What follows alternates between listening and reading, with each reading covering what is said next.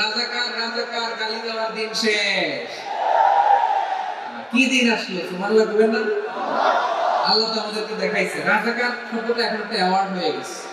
সুবহানাল্লাহ সুবহানাল্লাহ। পরিস্থিতি পাল্টে দিতে আল্লাহ সময় লাগে না, চিল্লায় করে ঠিক না।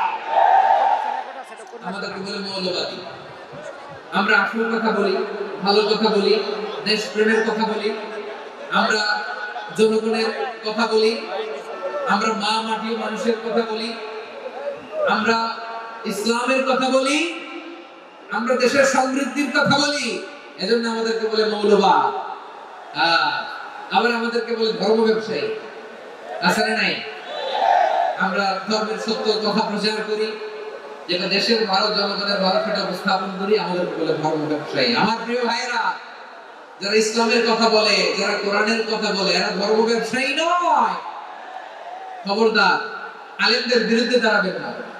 আলেমদের পক্ষে থাকলে আপনার জীবন উজালা করে দিবে কে? কোন আলেমান আও মুতাআল্লিমান আও মুত্তাবিআন আও মুহিব্বান ওয়ালা তাকুনিল খাওমিস ফাতাহলিক।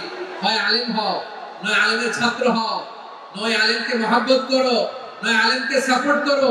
এই চারটা করো, 5 নাম্বার হয় না, আলেম বিদ্বেষী হয় না, তাহলে দুনিয়াও শেষ, আখিরাতও শেষ। চিল্লায়া বলো ঠিক কি না?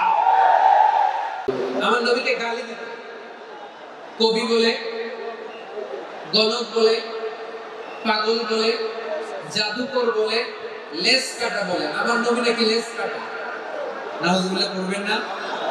আমার নবী নাকি নির্বংশ, ওনার বংশ নাকি দুনিয়াতে টিকবে না।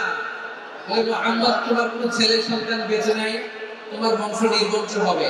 আল্লাহ বলে ইন্না শানিয়াকা হুয়াল আবতার। আমার নবীকে যারা বলেছে নির্বংশ, ওরাই আসলে নির্বংশ, ওরাই পিতৃ পরিচয়হীন জারদ সন্তান। চিল্লায়া বলো ঠিক কি?